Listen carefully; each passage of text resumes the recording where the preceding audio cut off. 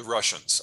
There have not been protests in Russia, not just because the Right. propaganda has dug into the Russians. He has more The Russians, support than the West thinks he does. a lot more. There's not a challenge to him from within. And if you think back to the first mobilization, 1 million men fled the country.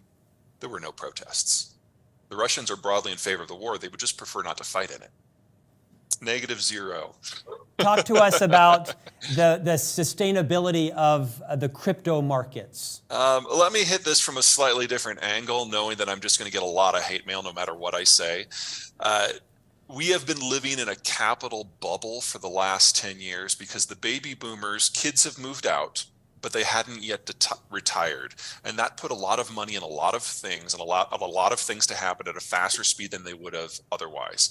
And whenever you have a big capital bulge, a lot of strange stuff happens. The last big capital bulge gave us the financial crisis and subprime. Before that, we had the economic expansion that led to the oil shocks. I see crypto is wrapped up in this bubble. And now that the money is going away and crypto has to stand on its own, it's failing. I don't see any use case for crypto whatsoever. I detect some ambiguity with that. Can you clarify your statement there? It has no use case. It has no value. It is no store of value. It is not used in exchange. It won't be used in exchange. It can't supplement for a currency. Every case that has been put out there for why crypto should exist has already failed. And really, we've just got the zealots out there now, and they are now going to all send me hate mail. I gotta say, I was kind of curious about those Trump ones that came out, but no, I am not an NFT guy. Globalization allowed us to farm things out. Everyone focused on what they did best and most efficiently, even if they were tilting the balance like the Chinese did with subsidies in order to make it happen.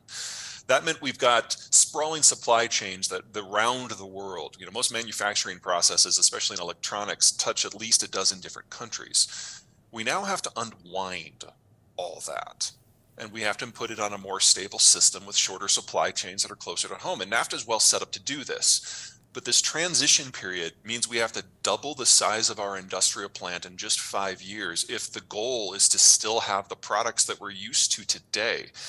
That's hugely inflationary. But think about what it means. Doubling the size of the industrial plant, having locals produce products for locals, partnering with the Mexicans and the Canadians to make it happen at scale. This is going to be the greatest economic growth in the history of all 3 of the NAFTA countries. And when it's done, we will largely be immune to international shocks because all the work will be done here. This is a good story, but it's not a straight road from here to there. Geography's hard. Most countries don't have a geography that's particularly economically rich. And in the pre-globalized world, unless you had iron ore and steel and food and oil, you'd never industrialized. With globalization, now you only needed one or just a bunch of labor that you could use to buy all of it. Globalization made the world safe for civilian corporate traffic the world over. You take that away, and you're now trading on your own internal market, your own security environment, your own economic geography, and the world we're going to go to is going to have a lot more in common with the 1840s than the 1940s, because everyone is industrialized and modernized, but they're dependent on products coming from half a world away that just aren't going to be there. Now, if that's a car, that's bad. If that's wheat, that's worse. I am concerned about a series of brushfire wars as countries try to take matters into their own hands. But a lot of the countries that we've been convinced of that are significant long-term threats, most notably China and Iran, really are the countries that are going to suffer the most from globalization's fall. They really do need American overwatch in order to make sure that they can import and export. And without that, they are utterly incapable of managing that themselves. Not anytime soon. What Dalio got wrong is the reason that these countries did well in the time frames that they did is that their geography matched up to the premier technologies of the day. So as before deep water navigation, the most powerful country was the country with the best maritime internal transport system. That was Ottoman Turkey. But then deep water navigation kicked in, and so the center of power shifted over to Iberia because they were on the end of a peninsula, and it was easier for the Portuguese and the Spanish to push out through the water and conquer the world than to go through Europe. Eventually, that technology migrated to places that could use it better, like the Brits. And then the Brits developed industrialization. And industrialization allowed them to bring a gun to a knife fight for a century, but then that technology moved to an area with better capital density that could use it better. That was Germany and the United States. So it's not that he's wrong about those arcs, but it's not like they have a use-by date. It's a question of what the technologies of the day tend to be and which geography can use those best. I am, at the moment, not convinced that the digital age is a fundamentally sufficient break from the industrial age to trigger something new.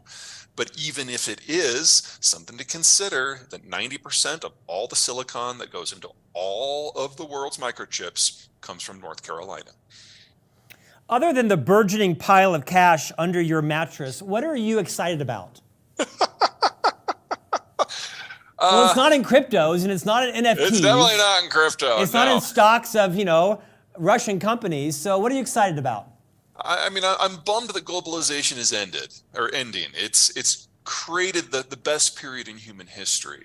But I'm really excited to see what's next, because if you've got North America really fundamentally remaking itself in less than a decade, that is going to change the American story and the Mexican story and the Canadian story. And that's going to take us some unpredictable ways. Hopefully, most of them are going to be good.